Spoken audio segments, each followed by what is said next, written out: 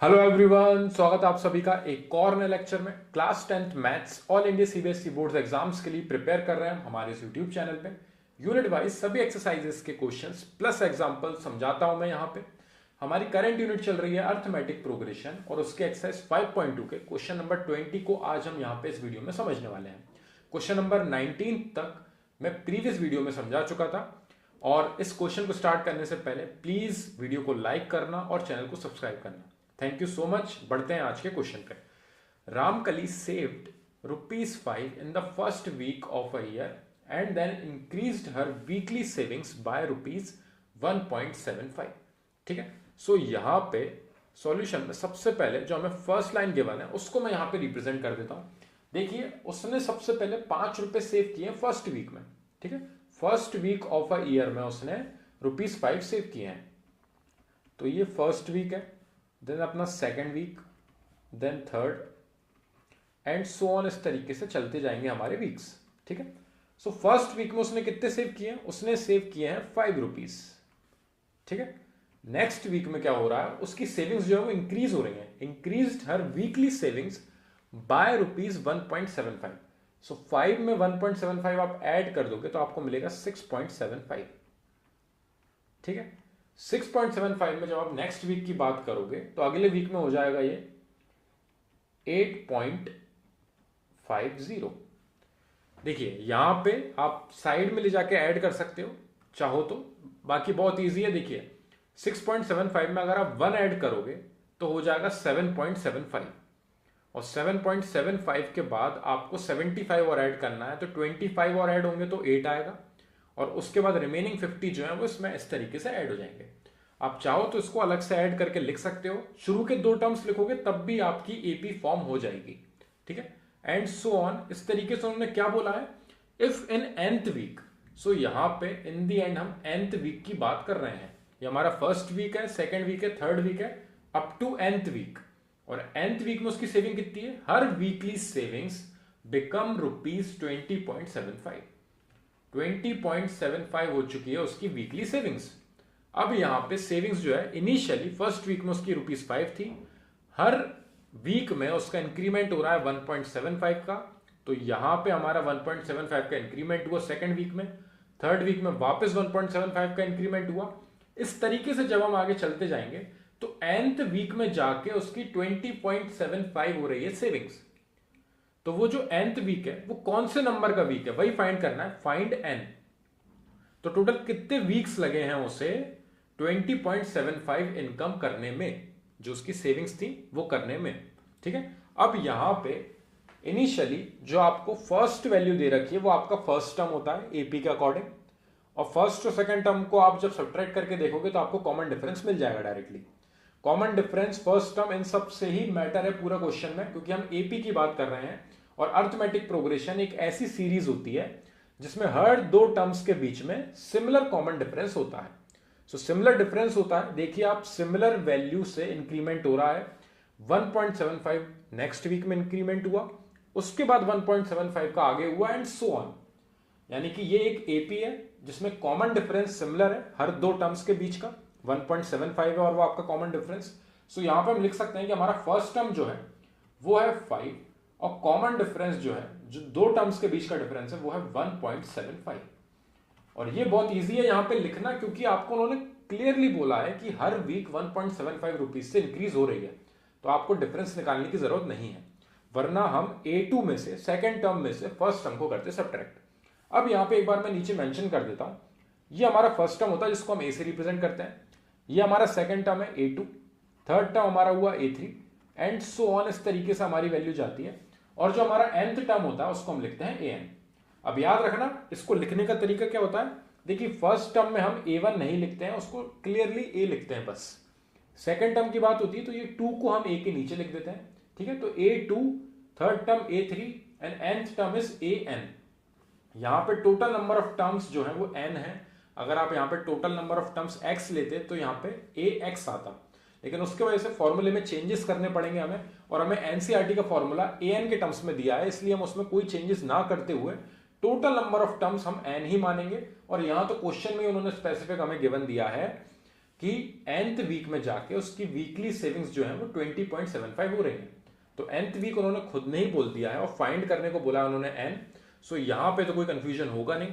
अब यहां पे हमारे पास a है, कॉमन डिफरेंस दो टर्म्स के बीच का, a2 में से a को सब्ट्रैक्ट करके कॉमन डिफरेंस निकलता है, लेकिन निकालने की जरूरत नहीं है क्योंकि यहां हमें उन्होंने पहले ही प्रोवाइड किया है। an की वैल्यू हमें पता है, हमारा जो nth टर्म है वो है 20.75। इन दी एंड जाके उसकी वीकली सेविंग्स हो रही है 20.75। सो वो कौन से वीक में जाके होंगी, तो टोटल नंबर ऑफ वीक्स हमें फाइंड करने हैं।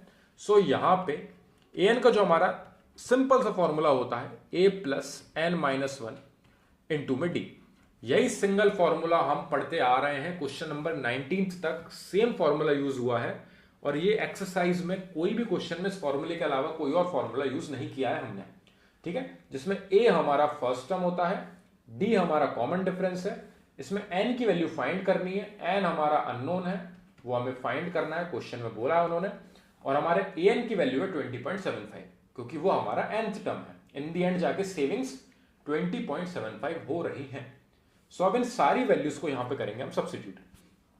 तो an की जगह पे आएगा हमारा 20.75 इज इक्वल टू a की जगह पे आएगा 5 क्योंकि फर्स्ट टर्म आपका 5 है, n की वैल्यू आपको फाइंड करनी है, सो n minus one into D की वैल्यू कॉमन डिफरेंस है आपका 1.75। सो यहां पे लॉजिकली किस तरीके से चलेंगे हम, पहले 5 को ले जाके उधर सब्ट्रैक्ट करेंगे, जो यहां पे प्लस हो रहा है वो वहां जाके होगा सब्ट्रैक्ट, ठीक है। हम यहां पे n को सिंगल छोड़ेंगे क्योंकि हमारी बाकी सारी न्यूमेरिकल वैल्यूज हम एक साइड लेके जाएंगे और अल्फाबेट की वैल्यू फाइंड करेंगे। सो यहां पे n को हमें यहीं छोड़ना है। तो सबसे पहले प्रोसेस ये होता है कि जो चीज यहां पे एडिशन में है उसको वहां ले जाके हम सब्ट्रैक्ट कर दें। सो यहां पे 20.75 में से आपके 5 होंगे सब्ट्रैक्ट नेक्स्ट स्टेप में, n माइनस वन आपका इस तरीके से चलेगा, मल्टीप्लाई में 1.75, ठीक है। ये यहां पे हमारी इस तरीके से वैल्यू चल रही है। 20.75 में से 5 सब्ट्रैक्ट होंगे तो आपको मिलेंगे 15.75। यहां पे ज्यादा कोई टफ कैलकुलेशन नहीं थी, 5 सब्ट्रैक्ट करने थे तो 20 में से 5 सब्ट्रैक्ट करें, पॉइंट के बाद वाली वैल्यू सिमिलर आपकी लिखी हो गई है। So 15.75 is equal to n minus one into में 1.75। अब यहां पे आप देख सकते हैं ये ब्रैकेट में बंद है तो ये पूरा इन दी एंड यूज होगा n माइनस वन, उसके साथ मल्टीप्लाई में 1.75 है तो उस 1.75 को हम उस साइड लेके जाएंगे तो जो चीज यहां पे मल्टीप्लाई में है वहां जाके होगी डिवाइड। सो हमारी वैल्यू आ जाएगी यहां से 15.75 divided by 1.75 is equal to n minus one. वही n की वैल्यू फाइंड करनी है, लास्ट स्टेप में हमारा n यही रहेगा और 1 उधर जाके ऐड हो जाएगा। उससे पहले हमें ये कैंसिल आउट करना है, तो ये पॉइंट से पॉइंट हमने हटा दिए क्योंकि पॉइंट के बाद दो वैल्यूज हैं, पॉइंट के बाद दो वैल्यूज हैं, इजीली हम हटा सकते हैं। अब यहां पे ये इस तरीके से कैंसिल आउट करोगे आप तो बहुत टफ पड़ेगा, इसलिए हम उसे 5 से कैंसिल आउट करेंगे। 5 की टेबल में 17 कितनी बार में आएगा, 5 की टेबल में 3 टाइम्स 15 आता है तो 3 आएगी वैल्यू। 15 गया तो आपके 17 में से 15 सब्ट्रैक्ट करोगे तो 2 बचेगा। सो 25 आपका जाएगा 5 टाइम्स। सो 175 को जब आप कैंसिल आउट करोगे 5 से तो 35 आएगी वैल्यू, साइड में आप करके देख सकते हो, ठीक है। यहां पे ऊपर हम कैंसिल आउट करेंगे, सो ऊपर वैल्यू आएगी आपकी, देखिए 15 आपका डायरेक्टली जा रहा है 3 टाइम्स, 5 3 15।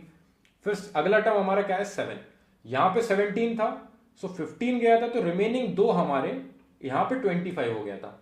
अब यहां पे 15 गया है डायरेक्टली तो यहां पे कुछ भी नहीं बचा एक्स्ट्रा, तो यहां पे 15 आपका डायरेक्टली 3 टाइम्स कैंसिल हुआ। अब हम नेक्स्ट टर्म की बात करेंगे, नेक्स्ट टर्म है हमारा 7, सो 7 जाएगा आपका 1 टाइम्स, 5 1 5। अब 7 में से 5 को सब्ट्रैक्ट करोगे तो बचेगा आपका रिमेनिंग 2। अब यहां पे 25 हो गया सो 25 जाएगा आपका 5 टाइम्स, सो ऊपर मिलेगी हमें वैल्यू 315 और नीचे हमारा 35। वापस 5 से कैंसिल आउट करेंगे, 5 की टेबल में ये जाता है 7 टाइम्स, 5 की टेबल में आएगा ये 5 6 30, 1 बचेगा, देखिए 30 था यहां 31 है सो 1 बचेगा, यहां हुआ 15 जाएगा आपका 3 टाइम्स तो यहां आएगी वैल्यू 63। फिर वापस 7 से कैंसिल आउट होगा, 7 1 7 7 9 63।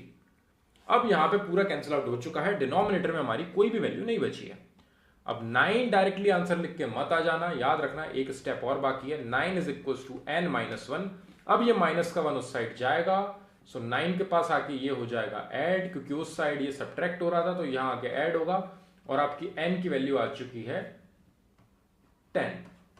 पॉजिटिव 10 आपका ये आ गए हैं आपके नंबर ऑफ वीक्स, इतने वीक्स लगेंगे उसे, 10 वीक्स बाद उसकी मंथली सेविंग जो है, वीकली सेविंग्स जो है वो 20.75 हो जाएगी।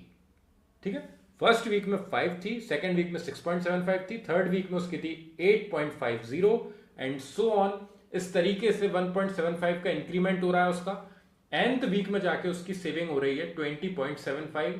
सो यहां पे उस nth वीक में जब उसकी सेविंग 20.75 हो चुकी है तो वो कौन से वीक में जाके हुई है, तो हमें वही फाइंड करना है कि टोटल नंबर ऑफ वीक्स उसे कितने लगे हैं। सो उसको फाइंड करने के लिए ये हमारा an है, nth टर्म, तो an की जगह पे 20.75 आएगा। फर्स्ट वीक में यानी कि आपका फर्स्ट टर्म है 5, तो a की जगह पे 5 आएगा। कॉमन डिफरेंस, इनके बीच का डिफरेंस हमें उन्होंने क्वेश्चन में गिवन दिया है 1.75, वो d की जगह पे रखेंगे। n की वैल्यू फाइंड करनी है, कौन से वीक, कितने वीक लगे हैं उसे वो वीकली सेविंग को 20.75 करने में। सो उस n को फाइंड करा हमने इस तरीके से, नॉर्मल कैलकुलेशन है, जो चीज यहां पे एडिशन में थी उधर जाके सब्ट्रैक्ट हुई, जो वैल्यू आई उससे 1.75 को करा डिवाइड। ये डिवाइड अगर आपको टफ लग रहा है तो आप साइड में धीरे धीरे करके देख सकते हो। ये मैंने आपको इसलिए कैलकुलेट करना बताया इस तरीके से क्योंकि इससे आपका काफी टाइम बचेगा, और ये प्रोसेस आप जितनी जल्दी सीखोगे उतना आपके लिए हेल्पफुल रहेगा।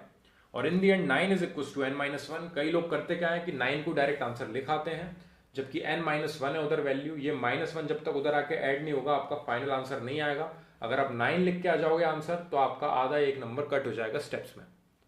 सो आई होप ये क्वेश्चन आपको समझ में आया हो। तो टोटल 10 वीक्स बाद उसकी वीकली सेविंग हो चुकी है कितनी, 20.75।